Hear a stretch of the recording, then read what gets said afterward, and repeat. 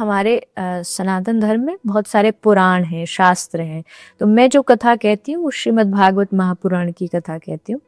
उसमें भगवान की बातें तो ऑब्वियसली है ही है, क्योंकि भक्ति की हम बातें करते हैं, लेकिन आज टाइम ऐसा आ गया कि हमको सोशल इश्यूज पर भी बात करनी होती है, हमारे जीवन से जुड़ी, क्योंकि हर वर्ग वहाँ आता है, बच्चे भी आते हैं, यंग जनरेशन आती है।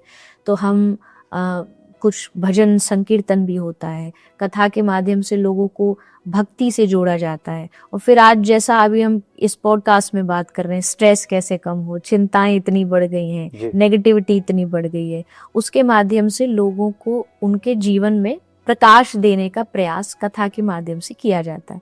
मैं कथाओं में भी बोलती हूँ, कथा का मतलब है, कथा मतलब हमारे जीवन की व्यथा जो दूर करते हैं, वो कथा होती है। किसी भी प्रकार की हमारी चिंताएं हैं, हमें चिंताओं से मुक्त करे, टेंशन फ्री करे, स्ट्रेस हमारा खत्म करे, उसी का मतलब कथा होता है। और जब आदमी कथा में आता है वो बहुत भारी हैवी होके आता है जी। लेकिन 3 घंटे हम उन्हें चांस देते, मौका देते कि अपने सारे इमोशंस यहाँ निकाल दीजिए। यहाँ आपको कोई जज नहीं करे, आप रोगे भी तो आपको कोई जज नहीं करेगा।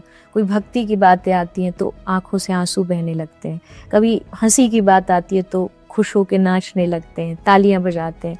तो मुझे लगता है टोटल पैकेज होती है कथा आपके इमोशंस को एक्सप्रेस करने के लिए। आप उन 3 घंटे में जब वहाँ से उठते हो तो आपको लगता है कुछ आपके शरीर से हट गया, हैवीनेस चली गई दिमाग से, और आप बहुत रिलैक्स फील करते हो।